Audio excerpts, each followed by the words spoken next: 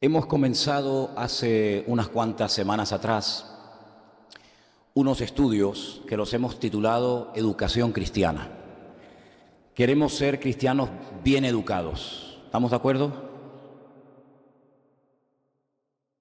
Y hemos hablado en estos últimos cultos acerca de lo importante que es nuestra relación con el Señor. Eso, en cierto sentido, es lo que va a marcar la diferencia. Mira, si tú analizas, mejor dicho, fríamente, objetivamente, las cosas que a veces te pasan, en lo más profundo de tu corazón, probablemente tengas que reconocer que tu relación con el Señor se ha estancado. No digo que no tengas, pero puede ser que a lo mejor tu relación con el Señor no ha sido todo lo bueno que debería haber sido. Has dejado de orar, te has liado con un montón de actividades, un montón de historias, has dejado de leer la palabra, a lo mejor de congregarte, no te has esforzado como te podías haber esforzado, y todo eso va deteriorando nuestra relación con Dios. Cuando nuestra relación con Dios está bien, no digo que no surjan problemas, no digo que no surjan dificultades, sí, por supuesto. Pero cuando surgen esos problemas, esos obstáculos, esas dificultades, todo lo vemos desde una óptica diferente. Hay una fortaleza, hay una serenidad, hay una calma que, si no fuera por la mano del Señor, sería imposible soportar dicha presión o dicho problema o dicha dificultad. ¿Lo habéis experimentado, sí o no? Cuando uno está cerca del Señor, como que no se preocupa por nada, ni por lo económico, ni por lo familiar, ni por lo espiritual, ni por lo físico, sino que uno tiene como una calma en el Señor. A lo mejor todo a tu alrededor es un desastre, la familia, los padres, el marido, los hijos, la economía, esto y aquello, pero al tener puesta la mirada en el Señor, se puede desmoronar todo a tu alrededor, pero tú estás firme, bien parado en las cosas del Señor. Por eso la relación con el Señor es lo que marca la diferencia. Y déjate de cuentos, lo demás son historias. Puedes saber mucho de la Biblia, muchos proyectos, muchos planes, olvídate. Si tu relación con el Señor no funciona, todo lo demás no tiene ningún sentido, porque de nuestra relación con el Señor saltamos al segundo punto que hemos tocado también en estos días, y es nuestra relación con los demás. Yo tengo la obligación de relacionarme con los demás, y relacionarme no desde mi carácter o desde mi naturaleza o desde mi ego, como a mí me educaron, la cultura de la cual yo vengo, de la idiosincrasia. No, eso olvídate. Mira, yo cuando oigo esos nacionalismos y esos fanatismos, que si el escudo, que si la bandera, que si la tierra, mira, yo digo, vamos a ver. Yo no digo que una persona no pueda tener apego y amor por su bandera, por su escudo, por su tierra y por sus costumbres. Pero la Biblia dice, para todos los cristianos e hijos e hijas de Dios del mundo, que nuestra ciudadanía no es de este mundo. Nosotros tenemos que estar por encima de esas historias. A veces han fomentado guerras y divisiones y peleas y conflictos, ¿verdad? Porque lo mío es lo mejor, lo tuyo no sirve, es que donde yo vengo es mucho mejor, tú no entiendes, no sé qué. Y eso, hermano, nosotros tenemos que estar por encima de esas historietas. Nuestra ciudadanía no es terrenal. ¿Qué más da de donde seas? ¿Qué más da? De algún lugar tenemos que ser, evidentemente. Pero ¿a que tú no elegiste el lugar de tu nacimiento, ni el día, ni tu familia, ni las circunstancias que se dieron? ¿Verdad que no? Todo era algo que se te escapaba de tu control, porque era algo que estaba única y exclusivamente bajo el control y la soberanía de Dios. Para que no te agarres a algo que tú pudiste producir, sino a algo que Dios permitió que fuera así, y punto. Pero nuestra ciudadanía está en el reino de los cielos, y somos ciudadanos de un reino que no es de este mundo, ejerce influencia en este mundo. El mismo Señor Jesucristo dijo, mi reino no es de este mundo. El Señor Jesucristo oró por sus discípulos y dijo: yo no ruego que los quites del mundo, yo lo que te pido, Padre, es que los guardes del mundo, ¿verdad? Y que se mantengan fieles, porque hoy estamos aquí y mañana, quién sabe dónde estaremos, ¿verdad? Por lo tanto, nuestra relación con los demás no tiene que ser el resultado ni de nuestra educación ni de nuestra cultura, sino tenemos que comenzar a cambiar el chip y darnos cuenta de que nosotros tenemos que actuar como ciudadanos de otro reino, donde las leyes, los principios son completamente diferentes. No hay ningún país, no hay ninguna nación de la tierra que tenga los principios 100% basados en la palabra de Dios, ¿verdad? Pueden tener algunos. En todas las constituciones y gobiernos del mundo hay cosas que ¿de dónde las sacaron? ¿De dónde las sacaron? De la Biblia, así de claro. La sacaron de la fuente, la sacaron de Dios, del dueño, de la verdad misma. Pero nosotros no tenemos unas poquitas verdades y otras cosas que luego juntamos y vivimos a nuestra manera, sino que nosotros nos movemos por principios, no por emociones, no por sentimientos, no por lo que a mí me gustaría, sino que nos movemos por una voluntad ajena a la nuestra. Ya no es nuestra voluntad la que domina. ¿Se acuerdan cuando les pusimos aquel dibujito donde se veía una silla, ¿verdad?, dentro de un círculo donde estaba sentado el ego? Pues ahí la tenéis, ¿no? Pues fijaros qué diferencia, una vida controlada por el ego, donde yo mando, yo decido, yo, ¿verdad? Dios está ajeno, le informo, no le consulto. Sin embargo, qué diferente cuando nos quitamos del trono nosotros y decimos: Señor, ya bastante tiempo yo hice lo que me dio la gana.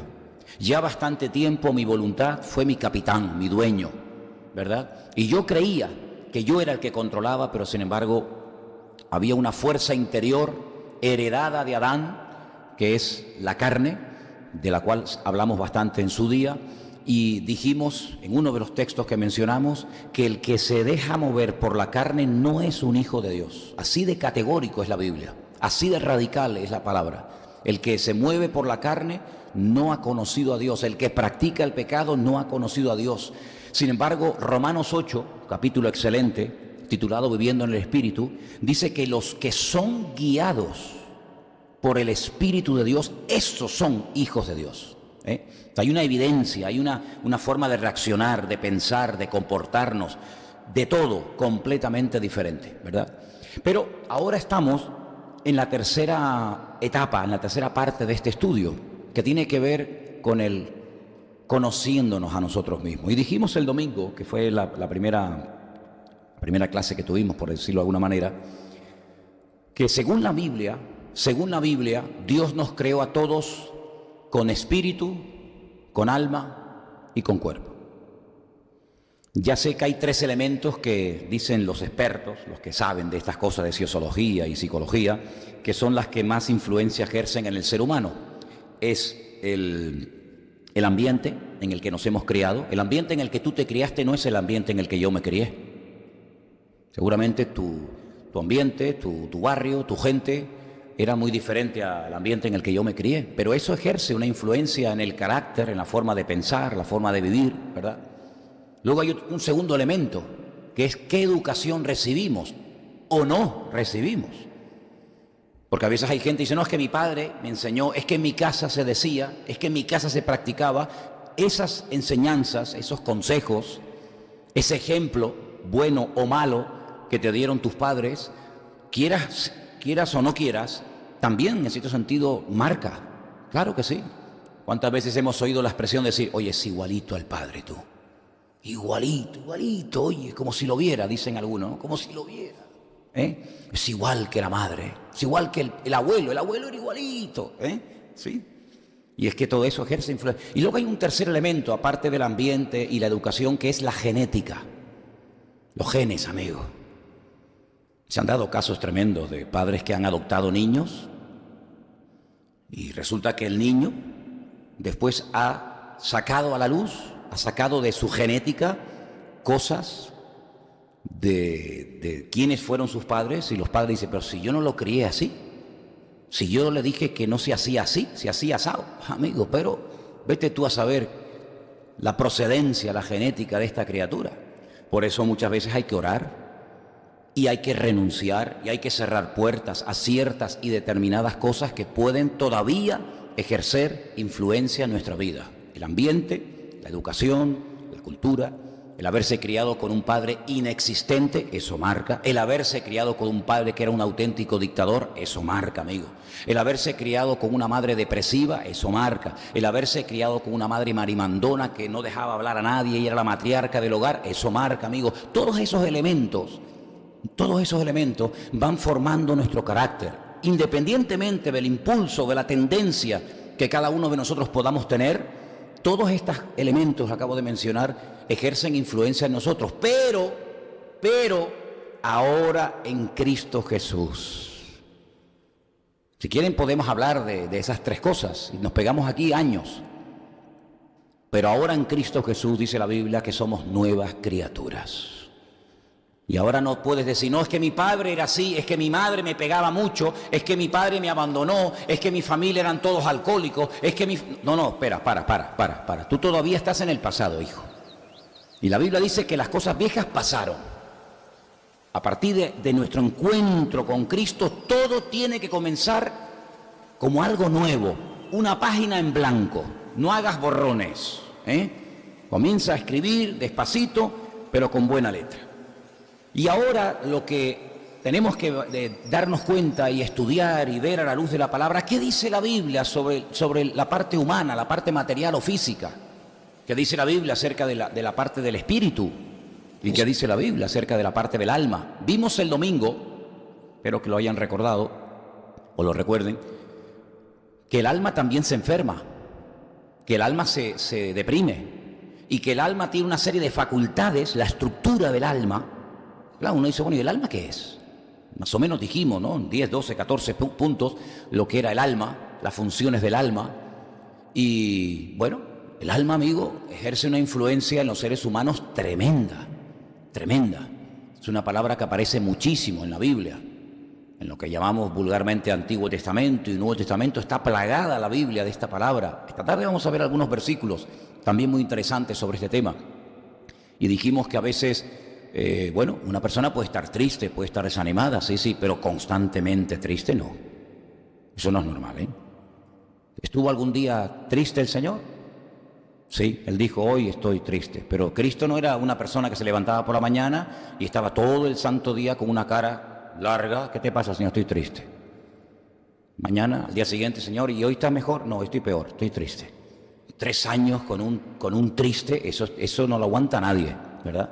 Entonces, una cosa es que ocurran cosas esporádicamente, ¿verdad? Por distintas influencias o cuestiones, pero otra cosa es que permanentemente la gente te conozca a ti por ser una persona depresiva, triste, amargada, quejándose todo el santo. No, ahí tienes un problema. Y ese problema no es un problema físico, es un problema del alma, Es un problema del alma y por eso vamos a ver esta tarde qué podemos hacer para que esa parte anímica, esa parte que ejerce una influencia tremenda en todos los seres humanos, incluidos nosotros los cristianos, pues sea nuestra aliada y no sea nuestra enemiga y al final estemos dominados más por la parte anímica que por la parte espiritual.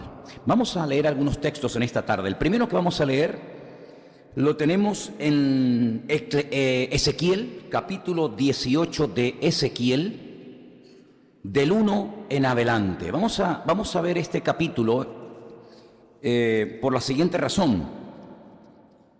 Porque vamos a ver cómo en este pasaje la palabra persona se sustituye por la palabra nefesh, que es alma.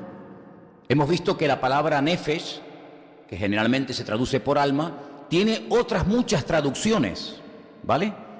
Una de ellas es persona.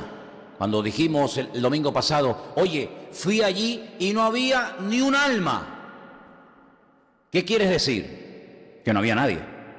¿Pero por qué no dijiste, es que no había ninguna persona? Hombre, porque generalmente solemos decir en español, en castellano, no había ni un alma, ¿vale? Bueno, pues vamos a ver cómo en el Ezequiel capítulo 18, a partir del versículo 1, la palabra persona se sustituye por la palabra nefesh, que es la palabra alma. Vino a mí palabra del Señor diciendo: ¿qué pensáis vosotros los que usáis este refrán sobre la tierra de Israel? Que dice, mira qué refrán había en aquellos tiempos: los padres comieron las uvas agrias y los dientes de los hijos tuvieron o tienen la dentera. ¿Lo captas? ¿Lo entiendes? Es como cuando le preguntaron al Señor: Señor, este hombre ciego de nacimiento, ¿a qué se debe? ¿A un pecado generacional, hereditario? ¿Pecaron sus padres y el castigo cayó sobre el hijo? ¿O es que él cometió un pecado tremendo y por eso nació así? El Señor le dijo: ni una cosa ni otra. Fíjate los religiosos cómo estaban totalmente equivocados en la interpretación de las circunstancias. Porque ellos se agarraban a tradiciones, ellos se agarraban a leyendas. Entonces decían, bueno, esta persona tiene este problema físico tremendo, debe ser que habrá cometido un pecado tremendo, él o sus antepasados. Como dice la Biblia en Éxodo capítulo 20, que Dios visita la maldad sobre los padres y sobre los hijos hasta la tercera y cuarta generación, y se comen de los que me aborrecen. Pues ellos creían que toda enfermedad muchas veces era producto de un pecado, a veces generacional. Y esto muchas veces en las iglesias, no en esta, porque aquí no estamos con estas historias, ahora vais a ver cómo este texto derrumba todo ese argumento, pero hay iglesias donde a los miembros se les pide que pidan perdón por los pecados de su padre, por los del abuelo, por los de la abuela, por los del bisabuelo. Increíble, ¿no? Pero esto ocurre muchas veces, y a lo mejor alguno de ustedes en algún momento de su vida, antes de congregarse aquí, asistías a una iglesia donde te decían, no, pero mira, ¿sabes lo que pasa? Es que lo que te pasa a ti es que tú no conoces, pero tus antepasados, tus abuelos, tus bisabuelos, madre mía, fueron terribles. Entonces eso te pasa por culpa de eso. Como tu abuelo fue el que trajo a Kunta Kinte de África, pues ahora a ti te pasa esto.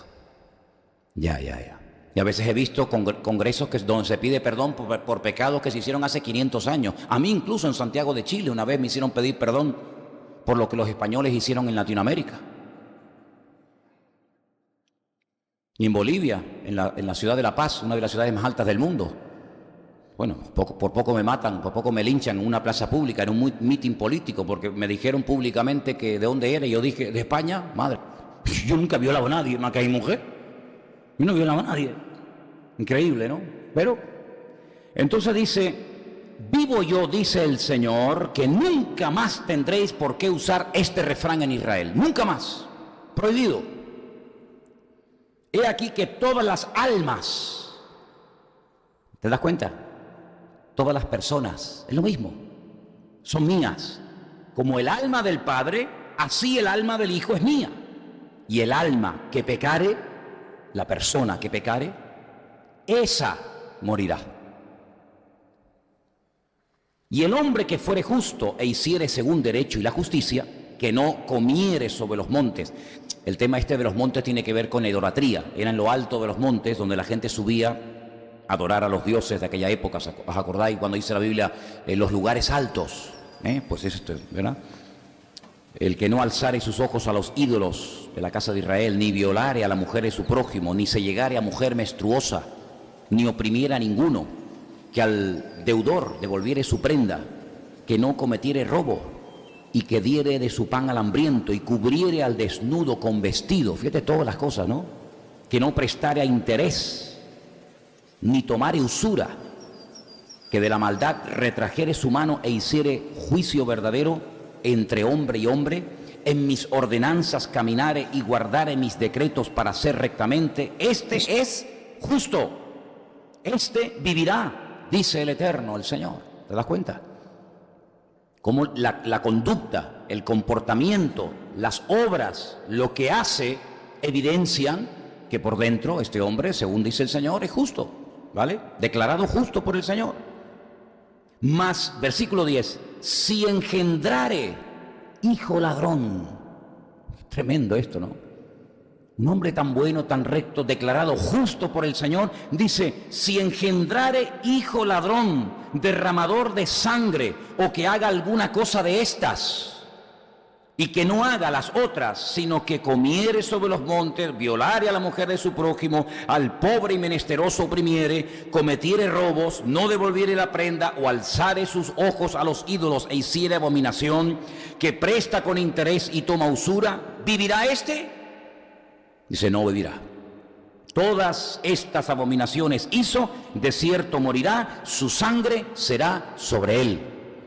Pero si éste engendrare hijo, el cual viere todos los pecados de su padre que hizo, y viéndolos no hiciere según ellos, no comiere sobre los montes, ni alzare sus ojos a los ídolos de la casa de Israel, la mujer de su prójimo no violare, ni oprimiere a nadie, la prenda no retuviere, ni cometiere robos, al hambriento diere su pan, y cubriere con vestido al desnudo, y apartare su mano del pobre, interés y usura no recibiere, guardare mis decretos y anduviere mis ordenanzas, éste no morirá por la maldad de su padre. De cierto vivirá. Su padre, por cuanto hizo agravio, despojó violentamente al hermano, hizo en medio de su pueblo lo que no es bueno. He aquí que él morirá por su maldad.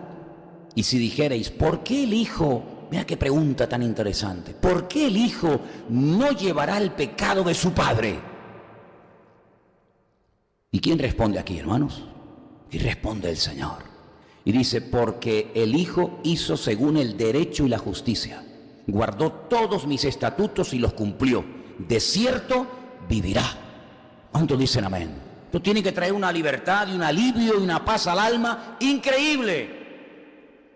El alma que pecare, la persona que pecare, esa morirá.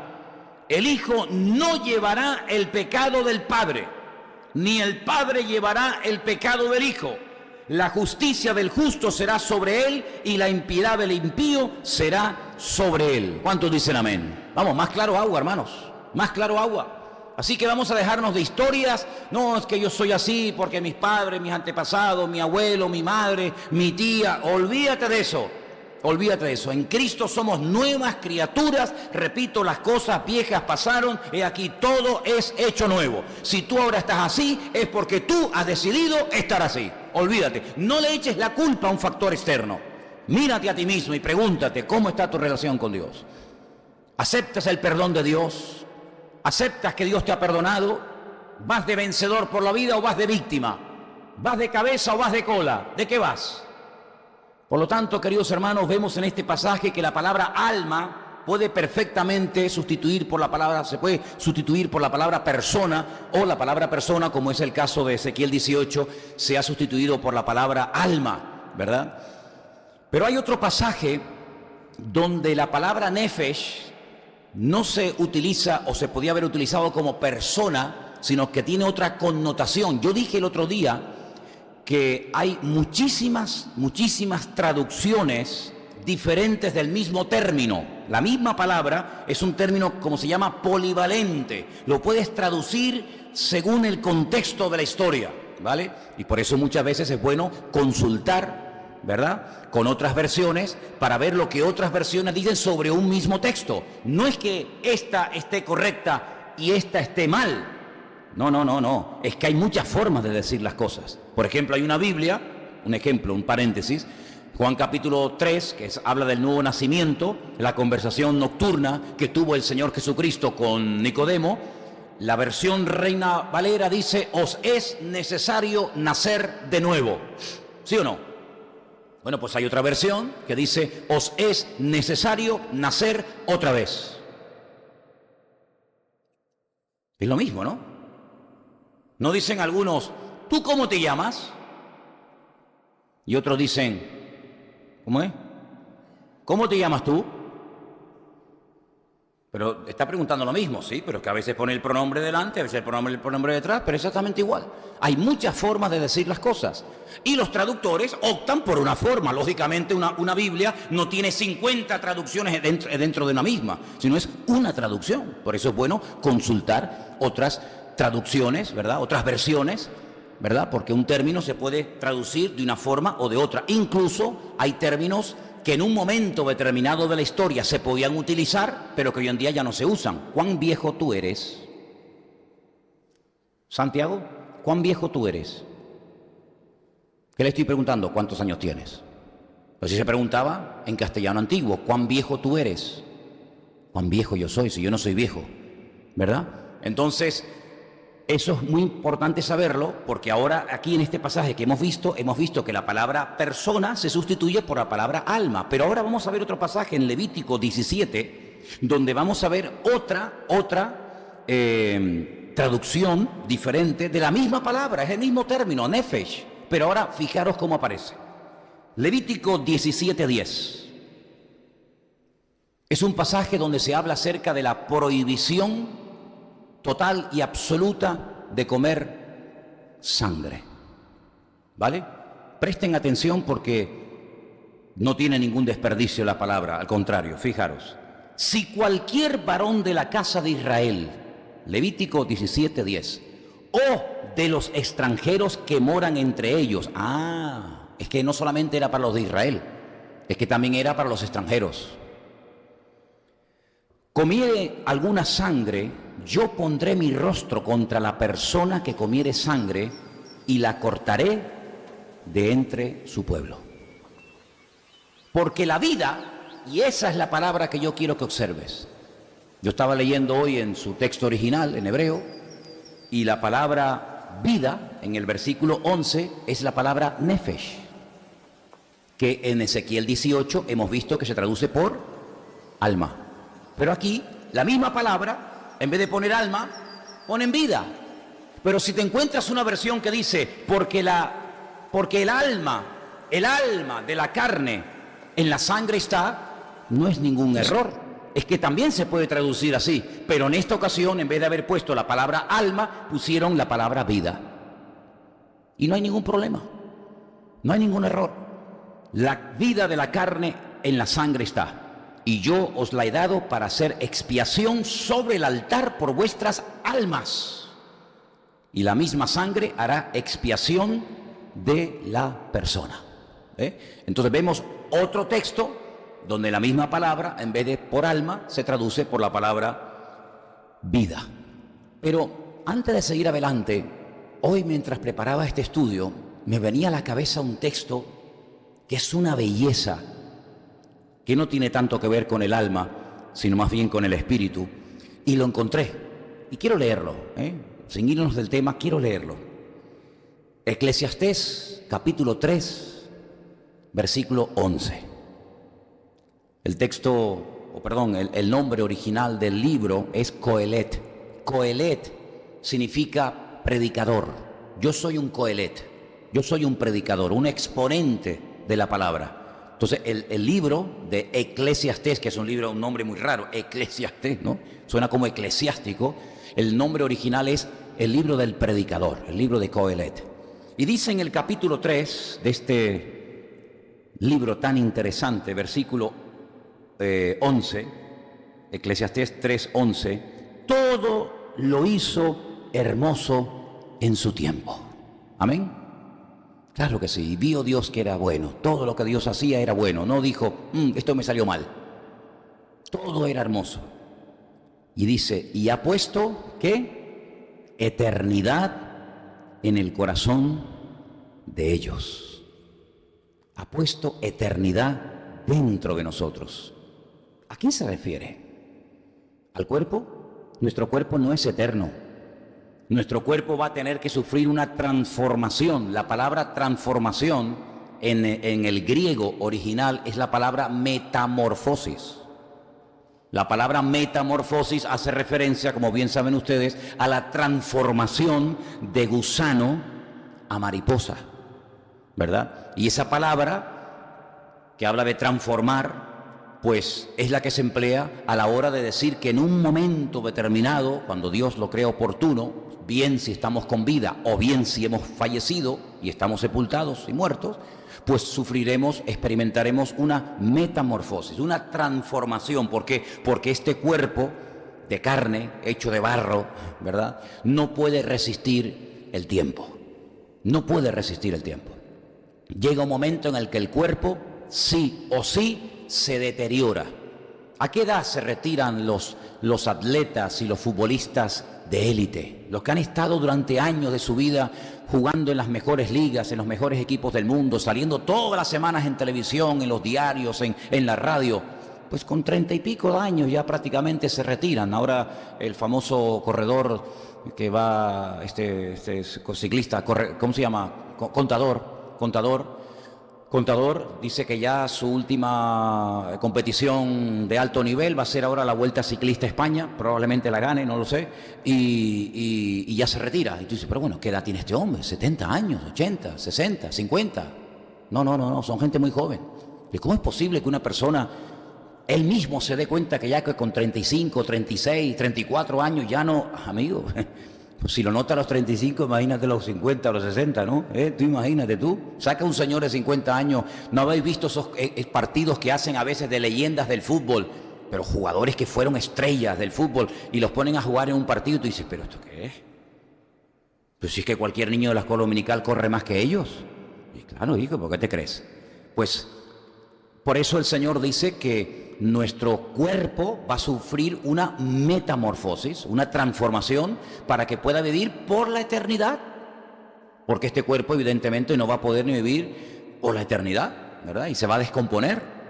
Entonces, si seguimos con el tema del alma, vemos aquí que este término se puede traducir de diferentes formas según el contexto o según la persona que quisiera utilizar de una manera u otra. Incluso les dije el otro día, solamente se lo recuerdo, que hasta por la palabra perfume, nefesh, alma, se ha traducido hasta por la palabra perfumes, o perfume, en un pasaje del libro de Isaías. Después, si quieren, les recuerdo dónde estaba.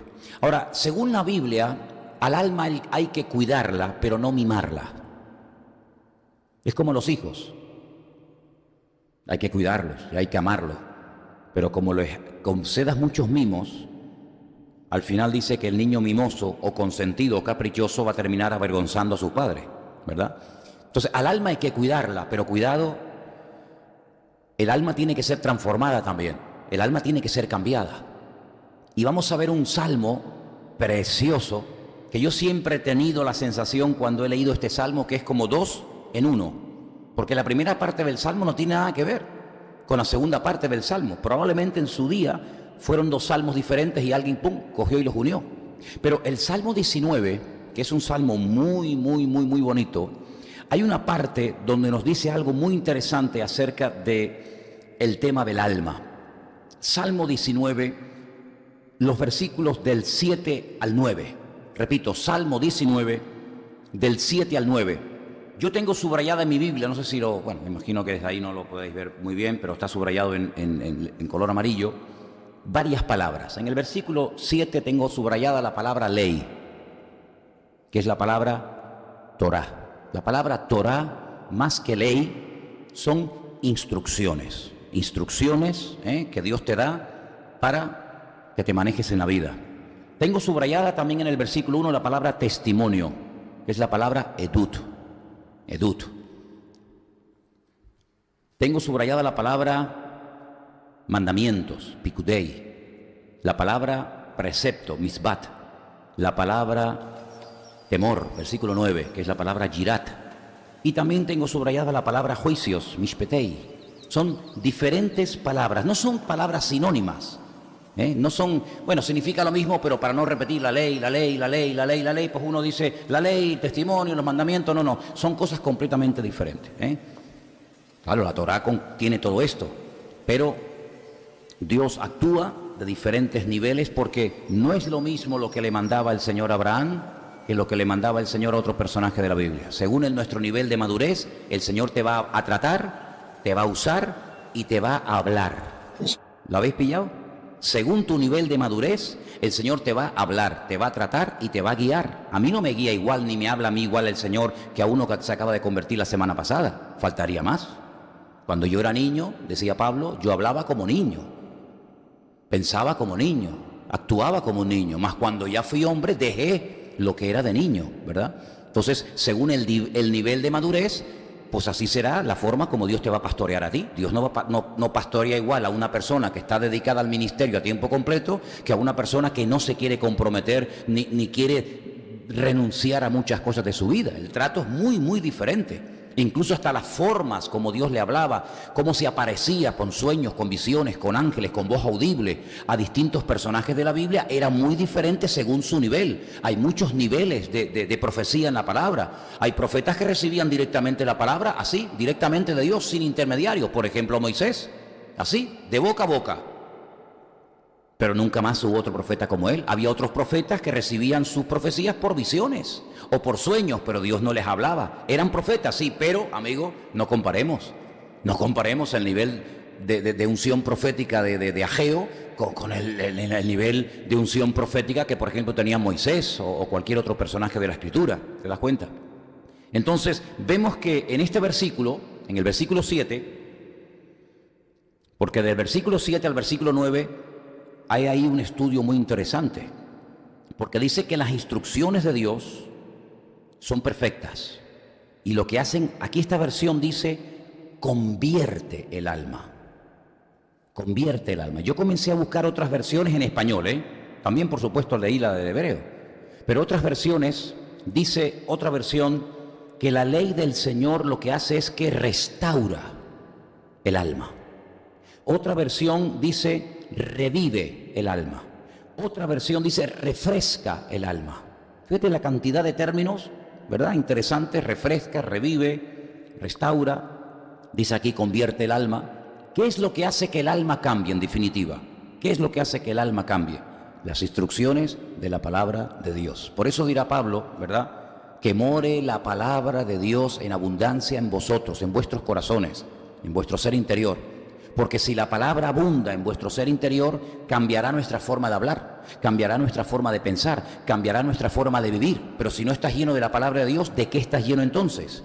Pues de pasión de gavilanes, del gran hermano, de la isla, de la no sé qué, ¿verdad? Estarás lleno de esa basura y entonces pues estarás todo el día pensando, ay, lo van a expulsar, ay, no puedo creer que lo expulsen, ay, voy a pedir oración en la iglesia para que no lo expulsen, por favor, porque...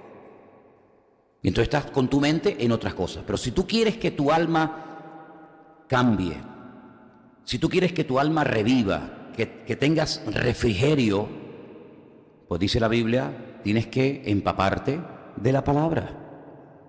Si quieres ser una persona sencilla, pues dice, te tienes que llenar del testimonio del Señor. Si quieres ser, y te das cuenta que cada cosa de la Biblia hace una función diferente en las personas. ¿Verdad? Cada cosa, los mandamientos hacen una cosa, el precepto hace otra, el temor hace otra, los juicios hacen otra, la Torah hace otra, y depende de lo que Dios quiera hacer en tu vida, te llevará por un camino o te llevará por otro camino, ¿verdad? Vemos, y no me voy del tema, simplemente para aportar más, para enriquecer más lo que estoy diciendo, fijaros que cuando el pueblo de Israel salió de Egipto, desde Egipto a Israel no se tardan 40 años, hermanos. Eso es una barbaridad, es un disparate. ¿Cómo se va a tardar 40 años desde Egipto hasta el sur de Israel? 40 años, eso es una locura. Se tardan, ¿cuánto? Una semana, 10, 15 días. Pero dice la Biblia que el Señor cuando los llevó, no los llevó en línea recta, sino que los llevó por otra parte. Dice, no sea que cuando vean la guerra y cuando vean a pueblos, pues claro, estos al fin y al cabo eran esclavos. Estos no habían peleado en su vida. Esto era gente... pues con ese espíritu de servil, de ser esclavo, de recibir latigazos, humillaciones, con la autoestima por el suelo, y ahora yo a esta gente que lleva 400 años o 300 y pico de años sufriendo humillaciones, sin horario, sin descanso, sin vacaciones, sin nada, ahora yo voy a coger a esta gente que no ha cogido una espada en su vida y los voy a meter en la guerra contra un ejército de amalecitas o de filisteos, ¿se los comen? Salen corriendo. Fíjate que el primer obstáculo que se encontraron cuando entraron a la tierra prometida, que había que atacarlo y había que construir catapultas y había que trepar los muros y había que jugarse la vida, el Señor dijo, bueno, por ser el primero, venga, a dar vuelta. Eso sí lo pueden hacer. Y lo estuvo dando vuelta. Porque ellos no sabían el arte de la guerra. Ellos, ¿cómo se pelea? Claro, tú llegas hoy en día a una ciudad murallada, es ridículo. Viene un avión, bombardea y la destruye automáticamente, ¿verdad? Sin embargo, en aquellos tiempos, ¿cómo se trepa esa muralla? Y cuando llego arriba a la muralla, si es que llego, hay otra, o un foso de agua, o me tiran aceite, o me tiran sabe Dios qué cosa en la cabeza. Entonces, el Señor va tratando con nosotros Y la forma de refrigerar, la forma de aliviar, la forma de descargar a tu alma es empapándote de la palabra de Dios. ¿Cuántos dicen amén? Y tú dices, pero así de fácil. Bueno, si quieres, te puedes complicar la vida, que es lo que a mucha gente le gusta. Y si yo voy, por ejemplo, caminando de rodillas de aquí ¿no? Lo que te vas a pelar son las rodillas y vas a padecer, pero tu alma se va a quedar intacta. Porque el alma no se transforma por efectos externos, sino por el efecto interno y transformador de la palabra de Dios. ¿Vale? Entonces, si tú quieres endurecer tu cuerpo, pues machácate ahí en un gimnasio, ponte ahí a trabajar como un condenado de noche y de día, pero al alma ni le inmuta todo eso. Porque el alma no es algo físico, no es algo tangible, material, medible, algo que se puede tocar. El alma solamente la puede transformar el elemento poderoso de la palabra de Dios. ¿Cuántos dicen amén? Mira, y hay un versículo que lo dice literalmente. Y está en Hebreos, el libro de Hebreos. Hay un versículo interesantísimo que habla de lo que puede llegar a ser la palabra en el alma de la persona. El poder de la palabra de Dios en la persona. Vamos a leer ese versículo tan interesante que habla acerca de cómo la palabra de Dios puede transformar el alma, porque la palabra de Dios es como una espada, ¿sí o no?, de doble filo. ¿Dónde está ese versículo? ¿Dónde está ese versículo? Parte el alma, las coyunturas y los tuétanos, ¿sí o no? ¿Ya lo encontraron? Cambié de Biblia, y cuando uno cambia de Biblia comete una equivocación, porque con la Biblia de uno de todos los días automáticamente uno la encuentra, ¿verdad? Pero cuando uno cambia de Biblia,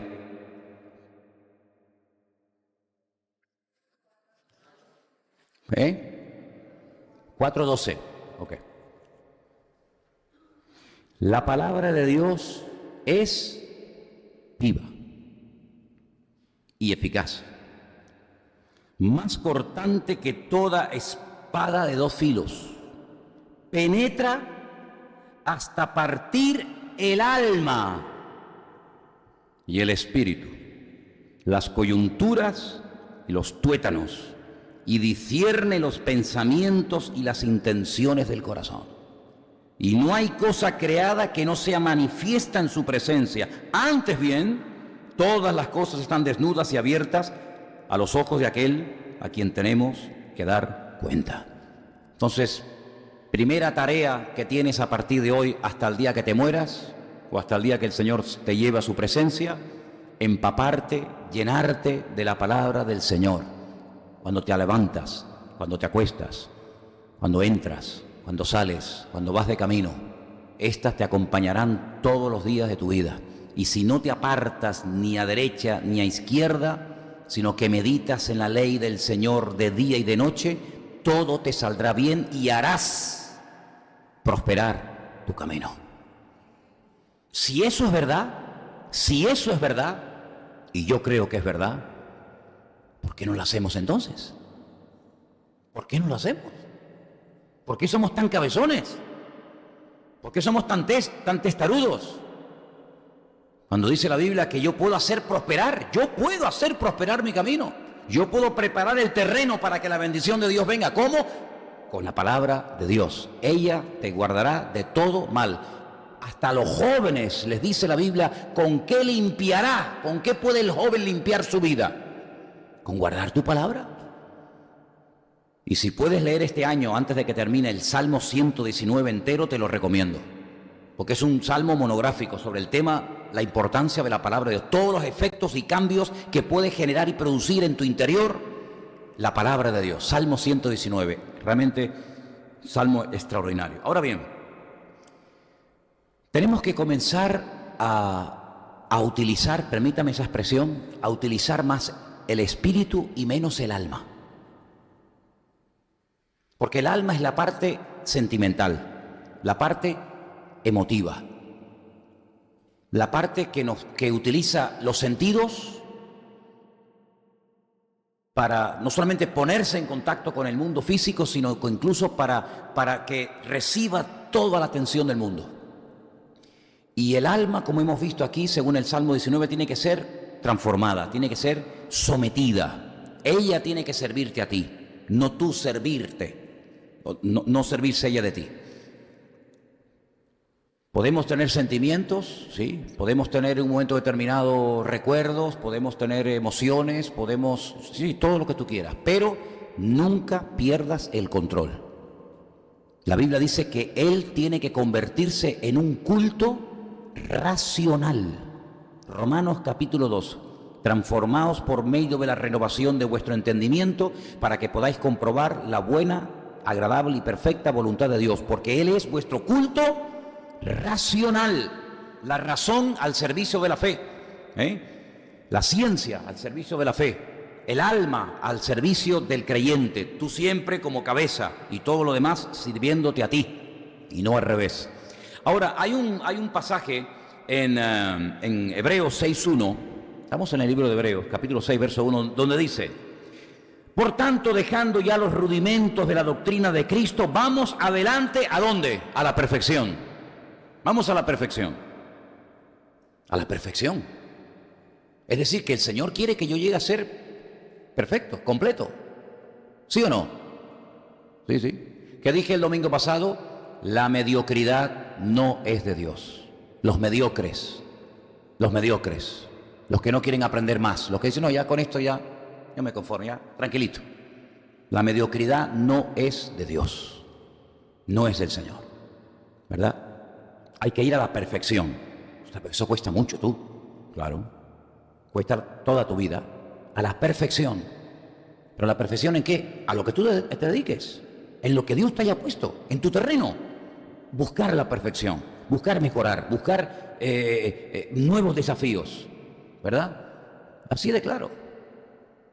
No echando otra vez el fundamento del arrepentimiento de obras muertas, de la fe en Dios. Aquí quiero mencionar la palabra obras muertas. No hay nada peor que le haga más daño a tu alma, a tu ser interior, que hacer cosas que no sirven para nada. Eso es lo que significa obras muertas. He hecho algo, me he cansado, he sudado, he terminado reventado, he invertido tiempo y dinero, ahora me siento y miro y digo, ¿y esto para qué me sirve? ¿De qué me ha servido a mí todo esto? De nada. Entonces el Señor dice, mira, si tú buscas la perfección, esto no es para los que no buscan la perfección. Esto es para los que dicen, no, a mí me interesa, a mí este tema me interesa, hermano. A ver, ¿cómo hago yo para llegar a la perfección?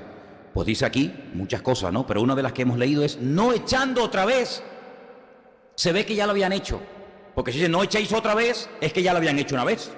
No vuelvan otra vez a hacer obras muertas, cosas que al final no sirven para nada. Mira, si Pablo fue el autor de esta carta, que no tenemos 100% de seguridad, yo encuentro unas palabras de Pablo en la carta a los romanos más o menos iguales, pero dicen así: ¿qué fruto tenéis de aquellas obras de las cuales ahora os avergonzáis? Es más o menos igual, ¿no? Es decir, dime de qué te ha servido a ti el haber construido eso, el haberte comprado aquello, el haber ido para aquí o el haber ido para allá. Dime en el fondo, sinceramente, de qué te ha servido. Y muchas veces la respuesta es de nada. Entonces eso la Biblia lo llama obras muertas. Y si buscas la perfección, no el mejoramiento, sino el cambio radical en tu vida, el ir a más, el no quedarme ahí conforme, estancado, en una rutina, en una monotonía religiosa, no puedes otra vez volver a hacer lo que ya has hecho 40 veces y siempre terminas diciendo lo mismo. No sé para qué me metí en este rollo, no sé para qué compré este cacharro, no sé para qué tuve que gastar mi dinero, mis ahorros en esta tontería, y no sé para qué tuve que ir allí. Pues no lo hagas, porque el Señor te está advirtiendo de antemano que si lo vuelves a hacer, no vas a llegar jamás a la perfección de tu fe. Nunca vas a llegar a tener una relación profunda con el Señor.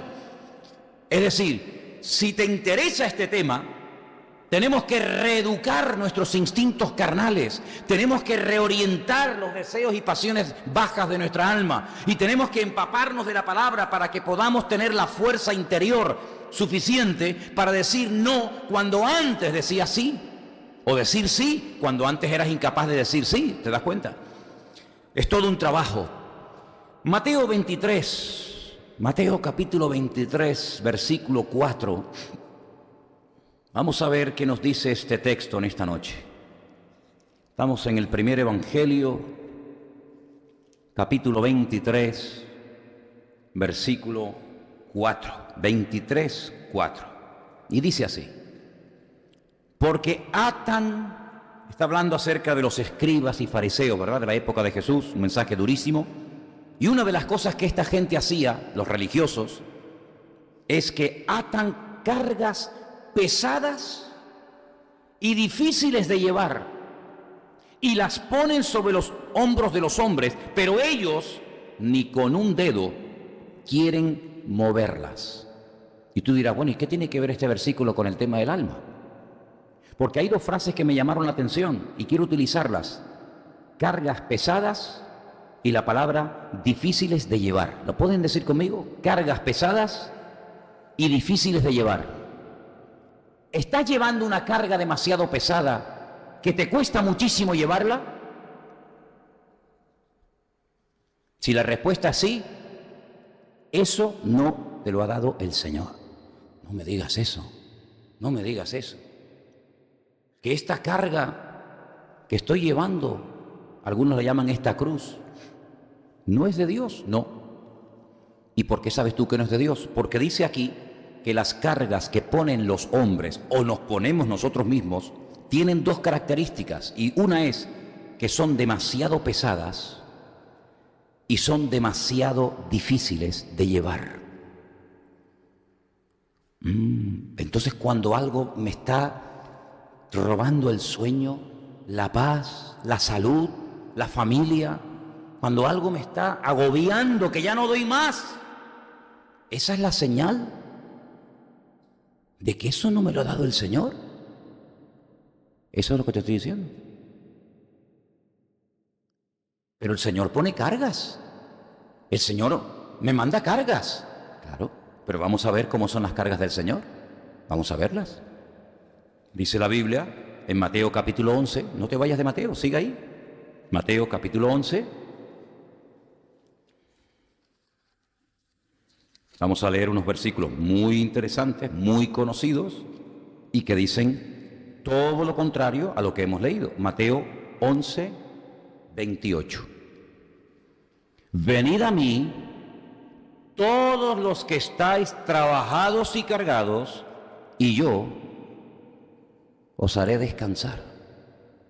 Llevad mi yugo sobre vosotros, aprended de mí, que soy manso y humilde de corazón, y hallaréis descanso para vuestras almas, porque mi yugo, mi carga, es fácil y ligera mi carga. ¿Cómo es el yugo y la carga que el Señor nos da? Fácil y ligera. Mateo capítulo 23, verso 4, cargas pesadas y difíciles de llevar. Ahora yo te digo una cosa, ¿cuál quieres? ¿La de Mateo 11 o la de Mateo 23? Yo, si quieres, te cargo 500 kilos encima y lo tienes que llevar de aquí a la punta del Hidalgo.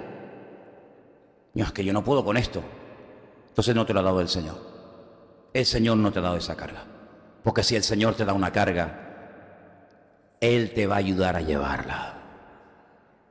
Porque el Señor dice, aprendan de mí. ¿No te has dado cuenta esta invitación que está ahí en la Biblia hace 2000 años? Mírenme a mí, miren cómo yo vivo, aprendan de mí, a ver cómo lo hago yo. Pues Él dice, aprended de mí, que soy manso. ¿Manso qué significa? Sumiso. ¿Sumiso a quién? Someteos a Dios, resistid al diablo y huirá de vosotros. Sí. Es decir, que Él se levantaba temprano en la mañana para someterse al Padre. Claro, por eso ahora entiendo cómo Él podía decir, cuando yo hablo, no hablo por mi propia cuenta, sino yo hablo lo que mi Padre me ha dicho que les diga a ustedes. Y las obras que yo hago no las hago porque digo, Tim Marín de Dopingüe, Cucaramaca, Titiri fue. A ti, sanado, venga, tú, levantado de los muertos, tú de los ojos. No. Padre, ¿tú hoy quieres que yo haga algo en especial? Mira que voy a estar rodeado de multitudes. Sí, hijo, mira, hoy se te van a presentar 450 cojos. Vas a sanar al de la túnica blanca con el cinturón amarillo. Vale, Padre. ¿Alguna cosa más? Sí. Quiero que cuando veas aquel ciego en el camino, te paras. Pero es que hay muchos ciegos, sí, pero uno te va a llamar, ¡Hijo de David, ten misericordia de mí! A ese te para, lo demás ni caso. Y cuando te pares le vas a preguntar, ¿en qué te puedo servir? Quiero recobrar la vista, sánalo en ese momento. Entonces el Señor recibía las instrucciones del Padre, se sometía, y cuando llegaba a la multitud, Él ya tenía el día organizado. Ya se lo había organizado el Padre. La agenda ya se la daba el Señor por escrito. Quiero que digas esto, quiero que vayas aquí. No, allí no vayas. Quiero que hables, a este no lo dirijas, a este no le toque, a este no sé qué. Cuando fue incluso a llamar a los discípulos, se pegó toda la noche orando. Pero toda la noche orando para aprenderse 12 nombres. Toda la noche orando, ¿para qué? Porque el Padre tenía que revelarle que no tenía que llamar a ningún discípulo que, por ejemplo, se llamara Daniel. ¿Hay algún discípulo de Cristo que se llamaba Daniel? Pero es que no había ningún hombre que se llamaba Daniel en la época de Jesús. Pues seguramente miles. Pero ¿por qué no llamó a ninguno que se llamaba Daniel? Porque el Padre le dijo, tienes que llamar a uno que se llama Simón, a otro que se llama Juan, a otro que se llama Santiago, a otro que se llama Judas, a otro que se llama Tomás, a otro que se llama... A esos son los que tienes que llamar. Pero ¿cómo sé yo lo que tengo que hacer? ¿A quién tengo que llamar? ¿A quién tengo que usar? ¿A quién tengo que descartar? Señor, ¿tú no me podrías revelar los nombres de los 12 discípulos? Y el Padre se los reveló porque Él dice que nada hacía y nada decía sin que el Padre se lo dijera. Entonces, hermano, te estoy dando una clave que te puede cambiar la vida. Yo aprendí esto con 19 años. Con 19 años yo salgo de la escuela bíblica y me dicen, tienes que irte a un lugar a atender una iglesia. Yo cogí las maletas y me vine para acá. Me metieron en una iglesia que aquello era... A mí se me quedaba grande aquello. La primera vez en mi vida, de pastor, tener que arreglar los problemas de la gente. A los 3 o 4 días yo estaba que me subía por las paredes, hecho polvo. Unos dolores, hermano, en la barriga, en el estómago, lo que nunca en mi vida, a mí nunca me ha dolido nada, nada. Pero yo no podía dormir, era como si me estuvieran retorciendo, tenía como si me estuvieran pellizcando el estómago. Y entonces una noche me miré el estómago y lo tenía así, parecía que estaba preñado. Digo, Señor, no puede ser, esta prueba no la voy a llevar yo, Señor, no me dejes preñado, a mí esto, ¿cómo es esto? Entonces llamé a un hermano por teléfono, digo, mira hermano, me siento muy mal, me cogieron, me llevaron al hospital. La primera vez en mi vida que yo pisaba un hospital en ese plan. Y el médico lo primero que me vio, después de examinarme, no sé qué, me dice, ¿qué edad tienes tú? Digo, 19 años. Dice, a los 20 no llegas. Digo, muchas gracias, muy amable. Dice, tienes que tomarte la vida con más tranquilidad. Esos son nervios que tienes metidos en el estómago. Tranquilízate. Para mí fue una cachetada, una bofetada sin manos. Me fui a mi casa, yo vivía solo. Me puse de rodillas y le dije, Señor, perdóname. Yo he creído en mi ignorancia que yo podía llevar la carga y hablen conmigo y no sé qué, y yo no puedo llevar esto me va a terminar matando. Si esto es el pastorado, quítame la vida, le dijo Elías al Señor, quítame la vida. Y a partir de ese momento, con 19 años hasta ahora, hasta el día de hoy, duermo de maravilla, nunca jamás se me ha vuelto a hinchar el estómago por los nervios, porque descubrí que las cargas que te da el Señor son ligeras y fáciles de llevar. Las cargas que los hombres te ponen o que tú te pones porque crees que tienes que llevarla tú, te terminan agobiando, robando el sueño, robando la bendición, robando la paz y encima, amargando la vida de los que te rodean, porque no hay nada peor que una persona cargada que vuelve y carga a todos a su alrededor. Entonces aquí en Mateo, para mí esto es un descubrimiento maravilloso. Hermano, algunos dirán, pero hermano, esto lleva mucho tiempo aquí. Es verdad, pero para mí ha sido un descubrimiento espectacular. Ver que el Señor dice, las cargas que yo doy son fáciles y ligeras.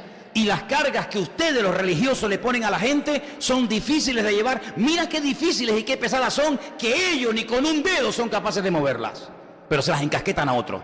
Entonces ya está. Hoy tienes que salir por esa puerta tomando una determinación. No voy a llevar ninguna carga más en mi vida que me quite el sueño, que me robe la bendición, que esté todo el día de mal humor, que qué va a pasar y que no sé qué. No voy a hacer nunca más así. Pero es una decisión que tú tienes que tomar por ti mismo. Nadie la puede tomar por ti. ¿Cuántos dicen amén?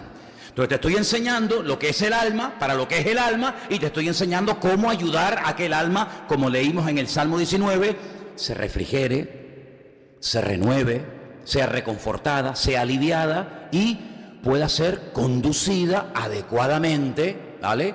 ¿Y qué hago entonces cuando hay algo al Señor, venid a mí, ven para acá, ¿qué te pasa? Mira, es que ven para acá, déjame la carga y ahora vete tranquilo. Porque algunos cristianos oran, pero después dicen, déjame coger el saco otra vez. Y se llevan, pero déjalo aquí. Entonces no te lleves el saco otra vez. Las cargas las lleva el Señor. ¿Cuántos dicen amén? Yo te digo lo que dice la Biblia, ahora tú haz lo que creas conveniente. Otro punto a tener en cuenta, es el siguiente.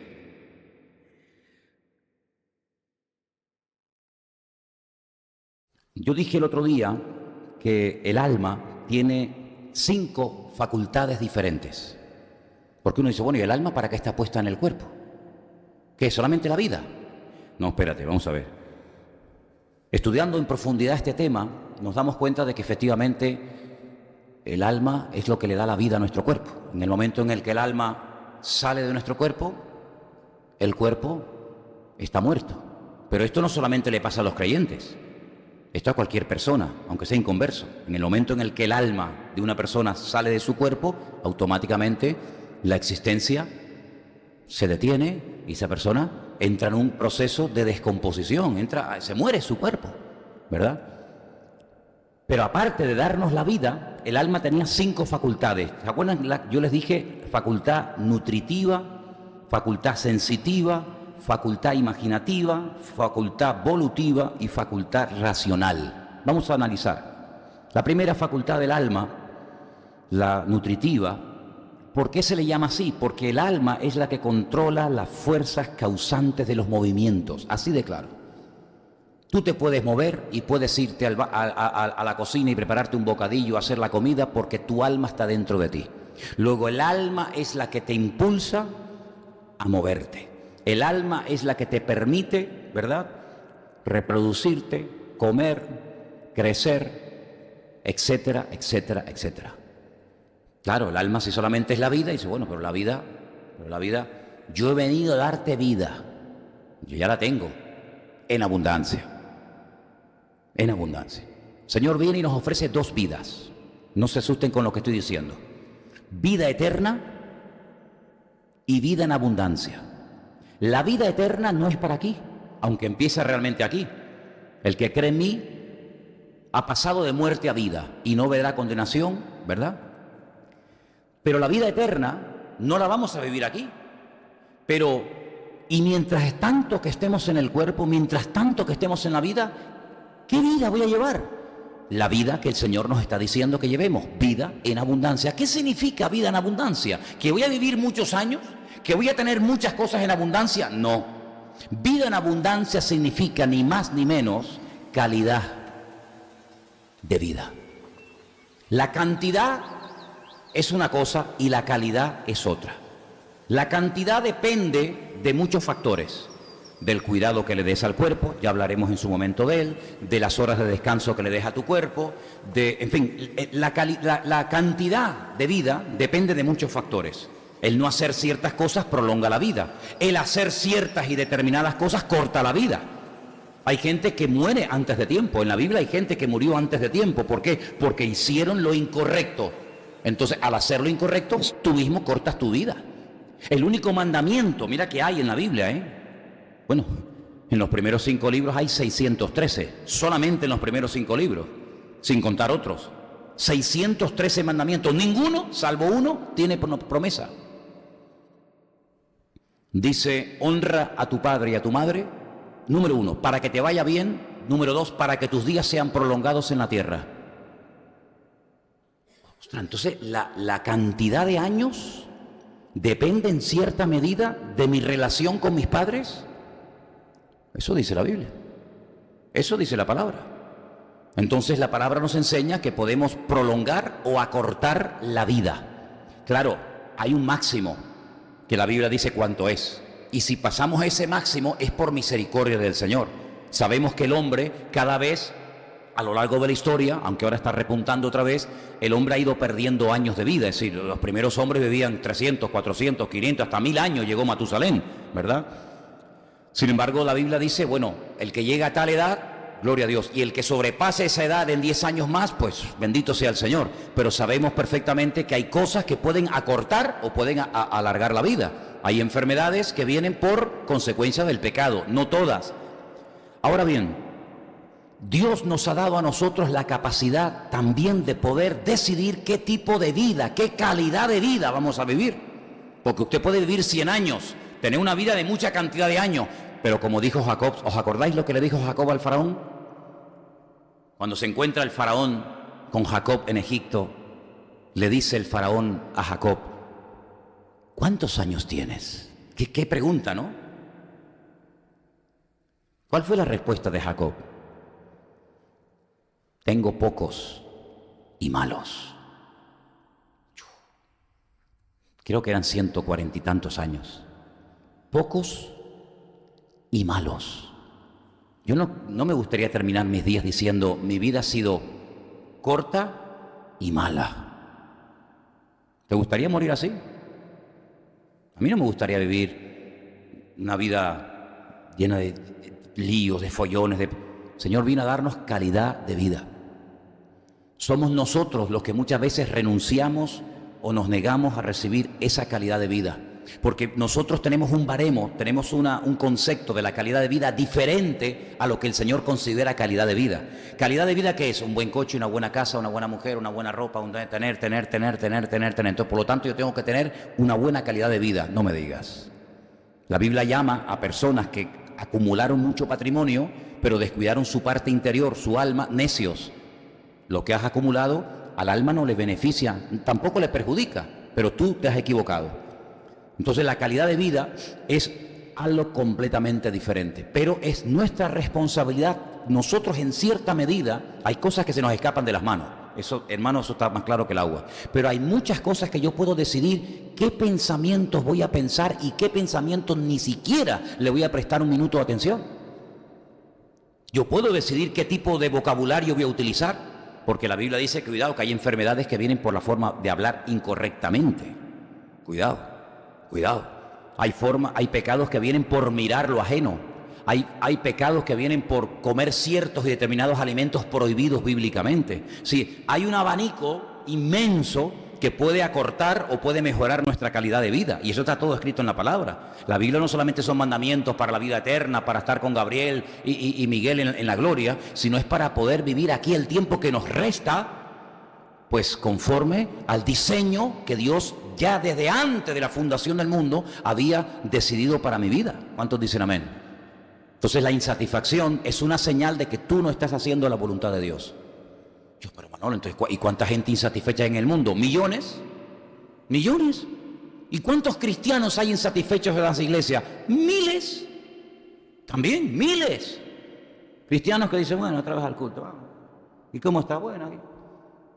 Entonces tienen el título, el nombre de cristianos, pero su vida no es una vida atractiva, no es una vida que si yo fuera inconverso yo no diría, yo quiero ser como él. ¿Tú dónde vas? ¿Qué te pasa a ti? No, yo como él, yo ni loco. ¿Como tú? Si yo soy más feliz que tú, si yo duermo mejor que tú. Entonces la vida del creyente, en cierto sentido, uno puede escoger qué camino va a escoger. Y según el camino que escoja, así será tu nivel de vida. La Biblia dice que hay ciertas y determinadas personas con las cuales no podemos juntarnos, ni comer, ni siquiera decirle bienvenido, porque te haces copartícipe de su vida. La Biblia dice incluso que hay problemas de tipo espiritual que vienen por juntarte sexualmente con personas equivocadas, porque pecas contra tu propio cuerpo, templo del Espíritu Santo. O sea, hay tantos factores que a veces uno dice, pero a mí nunca me han hablado así, es que yo no sabía esto. Bueno, hijo, pero para eso estamos aquí, para aprender y darnos cuenta de que la vida eterna, gloria a Dios, ahí está, nadie nos la va a quitar. Pero ¿y el tiempo que nos falta por terminar la vida? Amargado, hecho polvo, siempre con problemas. ¿O cómo vamos a vivirla? ¿Según el diseño de Dios o según el diseño que a ti te dijeron tus padres que tenía que ser tu vida? ¿Verdad? La otra facultad, la sensitiva, tiene que ver con los 5 sentidos. ¿Vale? Los 5 sentidos, que todos los conocemos, digamos que son los instrumentos que utiliza el alma para ponerse en contacto con el mundo exterior.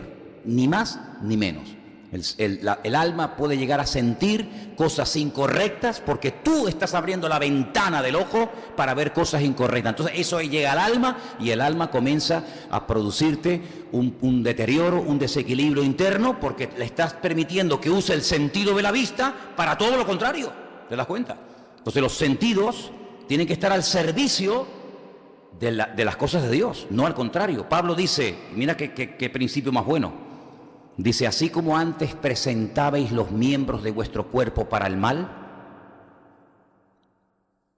coge esos miembros y preséntaselos ahora al Señor, y con ellos ponte a servir al Señor. ¿Cómo darle la vuelta? Antes los ojos, ¿para qué los querías? Para ver esto y esto. ¿Y por qué no las empleas ahora para ver la palabra? ¿Y las manos para qué? Para robar, para pegar, para insultar, para no sé. Ahora emplea esas manos para dar, para ayudar, para bendecir, para imponer manos, para repartir folletos, para dar palabras. ¿Y los pies para qué? Pues para ir a robar, para ir a mentir, para ir a borracharme, para ir a mujeres, ¿no? Ahora los pies para... Cuán hermosos son los pies de los que anuncian el Evangelio, los que traen el Evangelio de la paz. ¿Te das cuenta cómo todo el cuerpo, todo está al servicio de la obra del Señor, de tal manera que mis 5 sentidos, que van a estar ahí siempre, no van a malcriar a mi alma, sino van a ayudarle a mi alma a encaminar sus bajos hábitos para que sienta y anhele lo que el Señor siente y anhela. La facultad imaginativa, cuidado, porque el hombre tiene la capacidad de imaginarse cosas. ¿Y es pecado darle rienda suelta a la imaginación? Depende. Generalmente personas que tienen problemas con el sexo, pornografía y todo este tipo de historias, un descontrol, un desequilibrio, en resumidas cuentas, tienen un serio problema con su imaginación, porque antes de pecar se imaginan el pecado que van a cometer. Entonces lo imaginan, lo proyectan a su alma y su alma te dice, yo quiero lo que estás pensando, y automáticamente se lo das. Porque dice la Biblia que es como una mujer que queda embarazada. Para poder tener un niño, primeramente tienes que quedarte embarazada. Y para quedarte embarazada tienes que tener contacto con un varón. Si no tienes contacto con una mujer, con un varón, tú no te quedas embarazada con el pensamiento. Entonces Santiago dice, antes de que el pecado conciba y dé a luz, primeramente desea. Primeramente viene la concupiscencia. ¿Qué es la concupiscencia? ¡Pum! El dardo de fuego. Tú verás lo que haces. O tomas medidas preventivas y pones barreras para que el dardo no entre, o comienzas a imaginarte y comienzas a darle rienda suelta. Después llega la noche, cuando el subconsciente sale a la luz, el consciente descansa, las pulsaciones bajan, el riego sanguíneo baja, el corazón descansa, los ojos se cierran, los oídos aparentemente no oyen, pero el subconsciente, que está vivo, ¡pum!, sale a la luz. Y el subconsciente trabaja durante la noche. Y por eso los ciegos, que no han visto nada, pero que han oído, han tocado y han sentido y han dado lugar a sentimientos equivocados, después resulta que tienen todo tipo de pensamientos obscenos, etcétera, etcétera, aunque no los hayan visto. ¿Por qué? Porque, hermanos, el ser humano está en contacto permanente con el medio ambiente. Lo último, una de las últimas cosas que comenzaron a descubrir los que se dedican a todos estos estudios, es que hasta por la piel, hasta por la misma piel, que es el miembro más largo del ser humano, hasta por la misma piel le llega información al cerebro, le llega información al cuerpo. Fíjate tú que cuando tiene frío, el cuerpo se pone con los pelos de punta. ¿Y por qué tengo yo los pelos de punta? Pues porque tiene frío. Y cuando tienes vergüenza, la cara así, ¡pum!, se te pone colorada, ¿no? Y cuando estás nervioso se te ponen a sudar las manos. Sí, por la piel, las sensaciones que el cerebro recibe por la piel y por otros elementos es tremenda. Incluso se llegó a inventar una máquina en el año 1956 por un tal James Vickery, un norteamericano, que lo llamó el taquitoscopio. Es un aparato que lo proyectan en una sala de cine ya en los años 50. Tú imagínate lo que habrá evolucionado la maldad. Dice que la maldad va a ir en aumento, ¿no?